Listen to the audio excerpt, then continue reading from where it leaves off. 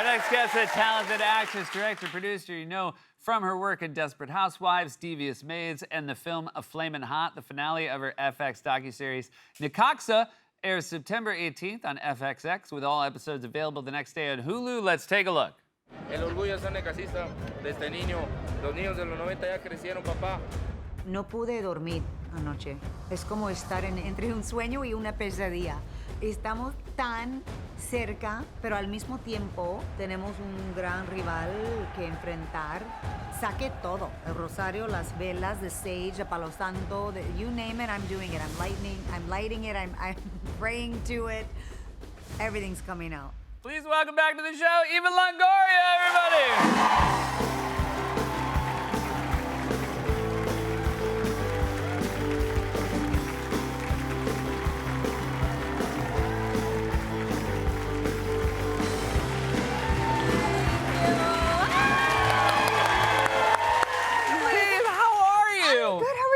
I'm great. I'm so excited for you. You're the part owner of a Mexican soccer team. Yes. Well, I have many soccer teams. You have a lot. That's true. This is not the first time you're a part owner. No, I'm part owner of Angel City, Los Angeles. Yes.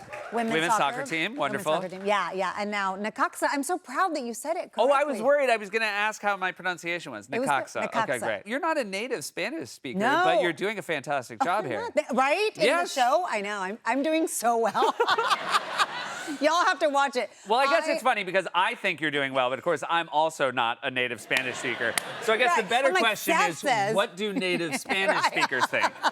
Are they impressed? Well, my son is not. Okay. Yeah. How old is your son? 7. And is he fluent in Spanish? He's fluent. Spanish fantastic? Yeah, because we live in between Spain, Mexico City, and Los Angeles. So Gotcha. It's like Spanish is everywhere. Right. So he's grown up with it. I didn't grow up speaking Spanish, so I just learned when I was like 40.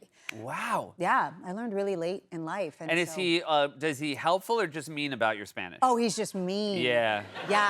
Yeah, he's always correcting me. He's embarrassed when I say the wrong word. And I speak Spanglish all the time. It's so unfair that you are a mom who is part owner of a soccer team, and he's like, oh, you're so embarrassing. You're like, do you know how good you have it? Yeah.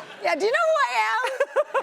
Yeah, no. When you began your involvement with the team, was this something where you thought you would make a documentary of it? To make a documentary, yes. Okay. I always knew I wanted to because I love sport. Sport is so dramatic. It's like ups and downs, and it's emotional, and people are crying, and there's heartbreak, and then you win, and then you're happy, and then it's amazing, and then you lose, and you're just. I mean, the roller coaster of emotions of sports. I mean, and I grew up with sports. I'm a big Dallas Cowboy fan, and so we went through that heartache of. Yes. Well, and we're still in it right now. Yeah, I was gonna say the '90s were nice. '90s were amazing.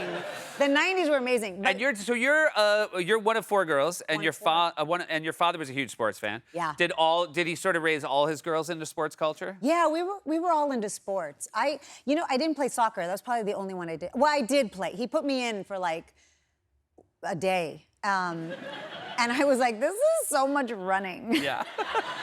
So I didn't like it. That's great. Yeah. I mean, that is if that's your take on it, you're not cut out for it. I'm not. Yeah. I was like, God, all we're doing is running after this ball. I like that they knew that, and in the poster, they made sure you were just standing. Yeah. Everybody's running. Everybody's running, and they're Everybody's running, not me. So this is very exciting, though. It's so the exciting. team has given you a nickname. Yeah. In Mexico, they love you when they give you an apodo, which is a nickname. Okay, so if they're calling you by your first name, that means they're still undecided. Yeah. And so what if they decided to call you? La Patrona. And what is La Patrona? The boss. The boss. Yes. Really good. That's a good nickname. I make everybody call me that now. There's other nicknames. This is the head of our communications. Okay, this is gonna be. I'm covering up. We tell everybody. Well, his name's Diego. What do people call Diego? He's the head publicity guy. We call him Sheldon. There you go.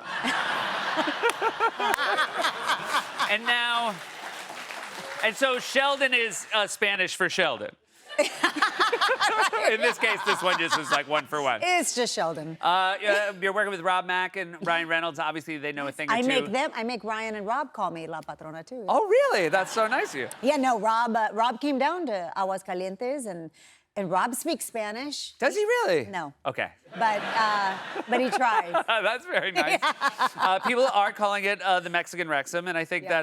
that's high praise because Yes. that's a wonderful show, and they certainly have figured out how to, Tell the make story. this storytelling. Yeah, yeah. Well, for me, it's like anytime I can really raise the platform of the beauty that is Mexico. I did it with Searching for Mexico. I did it, with in everything I produce, and especially in the time that the Latino community is having right now. Yes. I think storytelling is so important that we can see these beautiful stories come out of this amazing country. The talent. La Liga Mexicana is one of the most competitive leagues in soccer. It's the most watched league in the United States, more than MLS and Premier League. So, I wanted to make sure people are reminded of the talent and beauty that our country has in Mexico. Do you find any cultural differences between the Mexican League and, say, like the Premier League or MLS?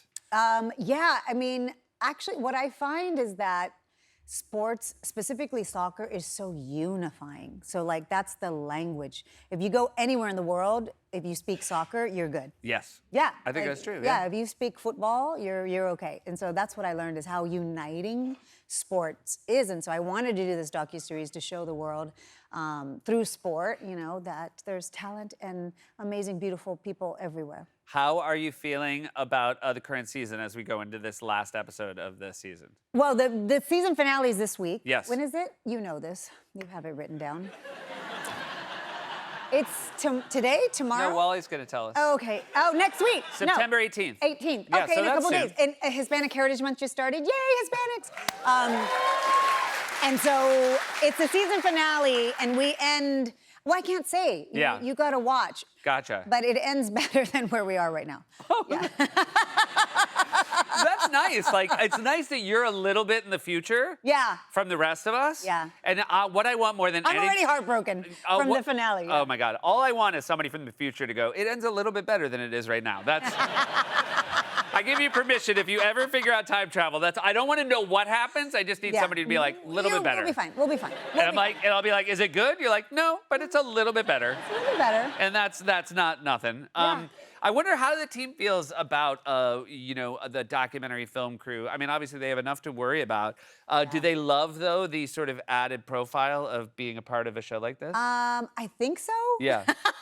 I hope so. You're La Patrona. It doesn't matter what they It doesn't matter. think. It's what I say. No, I really, they're stars. Yeah. And to help them realize that they're stars, it's definitely very different because celebrityism is not a big thing in football as much as you have to win.